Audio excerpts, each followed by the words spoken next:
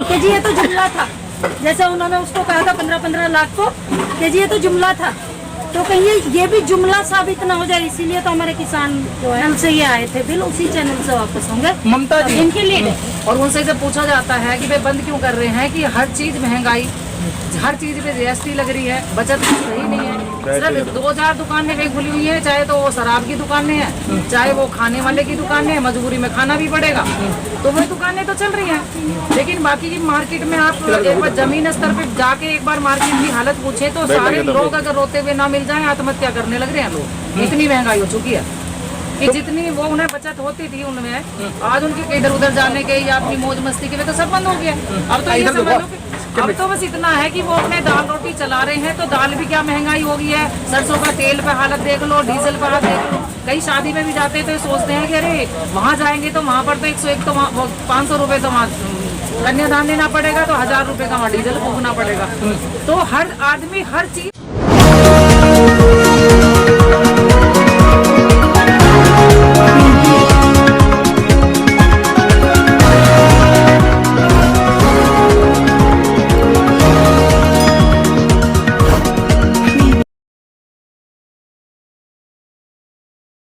News India में आपका हार्दिक स्वागत है। आज हम गाजीपुर बॉर्डर पर जिस तरीके से आज सुरसुरियां चल रही हैं और लोगों के अंदर, किसानों के अंदर एक खुशी की लहर है। खुशी के साथ साथ जो महिला भी आज यहाँ खुश हैं, हमारे बीच में है मनीषा जी।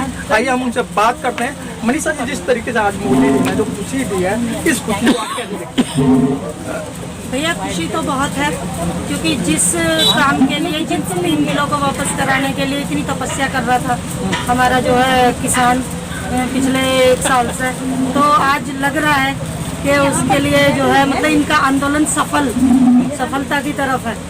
तो कहीं ना कहीं प्रेशर में आई है सरकार, और आज ये मोदी जी के थ्रू बोलना, ये सब उन्होंने खुद अपने मुंह से ये चीज़ बोली है कि भाई ये 3 बिल जो है वापस होंगे, तो ये खुशी की खबर तो है ही। हमारे किसान भाई भी अपने घर जाके अपने काम धंधे को देखेंगे ठीक से। इस समय इतना काम मीनाक्षी जी, मुझे लगता है कि आप बड़ी मोदी फैन हैं कि मोदी ने एक जरा सी बात की तो आपके चेहरे खिल उठे। लेकिन उन्होंने तो 15 लाख रुपए की भी बात की थी, 2 करोड़ नौकरी देने की बात की थी, फिर उनका आप विरोध क्यों किया आपने? एक्चुअली है क्या भैया, देख मैं बताऊं, वो हमारे देश के प्रधानमंत्री हैं, प्रधानमंत्री की बात तो माननी ही पड़ेगी ना। जब उन्होंने बोला, इतने बड़े प्लेटफॉर्म पे उन्होंने बोला, सार्वजनिक तरीके से, पूरी दुनिया उनको देख रही है, पूरी दुनिया उनको, ये बयान उनको पूरी दुनिया ने सुना है। हम मानते हैं कि हमारे जो है प्रधानमंत्री जी जुमलेबाज हैं और झूठ भी बहुत बोलते हैं, लेकिन फिर भी देश की जनता होने के नाते, किसान होने के नाते हम कहीं ना कहीं बिलीव तो करेंगे ना उनकी बात पे। लेकिन मनीषा जी, किसान तो मान के राजी नहीं है ना। किसान तो अभी ये कह रहे हैं भाई तो ये तो जुमले फेंकते हैं, हम इनकी बातों पे नहीं आएंगे। असल में किसान उस तरह से नहीं मान रहा, तभी तो किसान ये कह रहा, अगर उनका विश्वास होता तो आज ही कहीं ना कहीं बोरिया बिस्तर उठाते और अपने घर की तरफ चल देता किसान। लेकिन आज किसान क्यों डटा हुआ है बॉर्डर पे?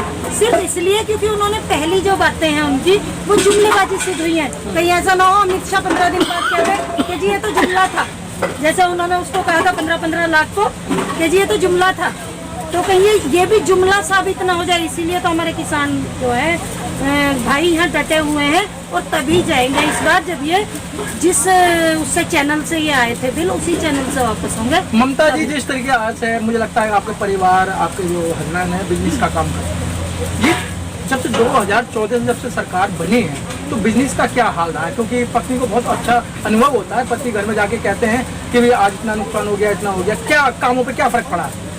एक्चुअली मेरे हस्बैंड तो किसान है, किसान भी है, हम किसान है और अपना बिजनेस भी करते हैं। और बिजनेस जो कर रहे थे वो तो सारा ठप ही हो गया है। हमारा मार्केट के अंदर हम बैठे अपना काम भी करते हैं। अच्छा। और मार्केट में अगर 2-4 दुकानें डेली ना बंद होती है इनके लिए, और उनसे जब पूछा जाता है कि वे बंद क्यों कर रहे हैं कि हर चीज महंगाई, हर चीज पे जीएसटी लग रही है, बचत सही नहीं है।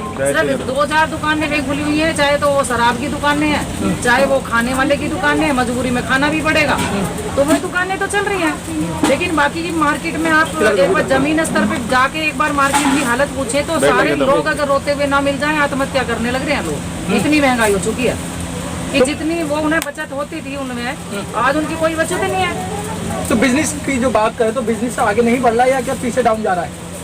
बिजनेस बढ़ने डाउन चला गया। इतनी महंगाई में देखो वो वहाँ से खरीद के लाते हैं महंगा, जब उन्हें महंगा पीछे से ही मिल रहा है और उन्हें 2 रुपए की बचत वहाँ हो रही थी, आज वो भी खत्म हो चुकी है। तो आने वाला जो बंदा है वो अपनी रोजी रोटी चला ले, अपना कपड़े तन पर पहन ले। जो आज सब मार्केट से अपने सामान खरीदते थे ऐसा फैशन के इधर उधर जाने के या अपनी मौज मस्ती के, वे तो सब बंद हो गया।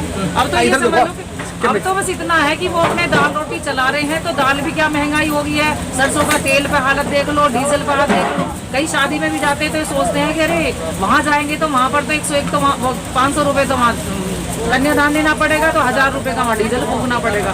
तो हर आदमी हर चीज से रो रहा है। आप कहीं भी जाओ किसी आदमी से जमीन स्तर से बात करके देखें, तब आपको पता लगेगा। लेकिन मैडम ममता जी, इस समय जो कुछ बिजनेसमैन है वो भी बहुत टारगेट रहे, जैसे अंबानी की बात कर लूँ, अडानी की बात कर लूँ, टाटा बिरला की बात कर लूँ, ये जो जनता है उसमें काफी उसमें रहे कि भाई जो ये है आके इन्होंने देश बर्बाद किया।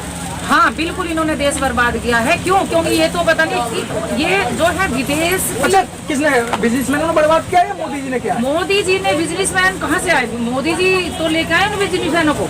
उनको ही तो सब चीज बेचने लग रहे हैं धीरे धीरे करके। कहीं बैंक बेच रहे हैं, कहीं रेलवे स्टेशन बेच रहे हैं, सब चीज तो उन्होंने बेच के रख दी। लेकिन कामयाबी की तरफ से आप देख लो, 2 साल से तो कोरोना आ रखा है। इनसे ये पूछो कि तुमने स्कूल कितने खुलवाए हैं, तुमने शिक्षा के नाम पे क्या काम करा है। ये अनपढ़ रहेगा। और सबसे ज्यादा तुम देख लो कि गली मोहल्लों में अब ये देखो शराब की दुकानें ठेके कितने खुल चुके हैं, क्योंकि उन्हें जिस चीज से बचत हो रही है उनको वे खुलवाए जा रहे हैं। यहाँ पर ये देश सिर्फ नशे की हालत में जाएगा।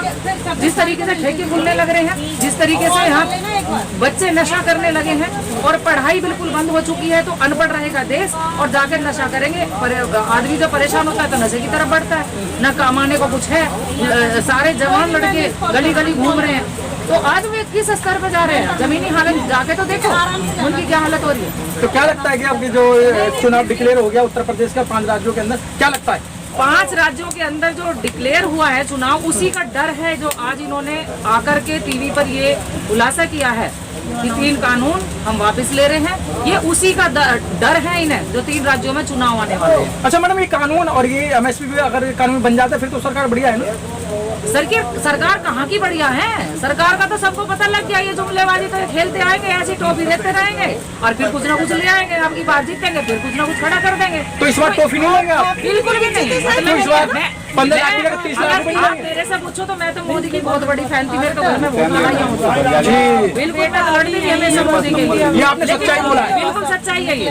मैं अपने घर में लड़ती थी, इसके लिए मेरी वोट सारी मोदी को ही जाती थी। लेकिन अब की बार पूरी तरह से समझ चुके हैं, अब कोई वोट नहीं देगा मेरे घर में से, मेरे परिवार का सब कोई। हम सबने मोदी जी को ही वोट किया था। 2017 में भी हम लोगों ने मोदी जी के हम फैन रहे हैं। योगी जी को भी हम बहुत पसंद करते थे, लेकिन इनकी जो ये गलत नीतियाँ रही है ना, किसानों के खिलाफ, मजदूरों के खिलाफ, अच्छा ममता जी, मैं आपसे एक पूछना चाहूँगा कि जिनको घंटा हिलाना चाहिए वो सत्ता में है और जिनको सत्ता में रहना चाहिए वो घंटा हिला रहे हैं। तभी तो ये पुरुष प्रधान देश इन्होंने तो सीख लिया। आपने गलती करी ना? हाँ बिल्कुल, बहुत बड़ी गलती की है। आगे गलती नहीं होगी? नहीं गलती होगी। क्या जातिवाद नहीं होगा?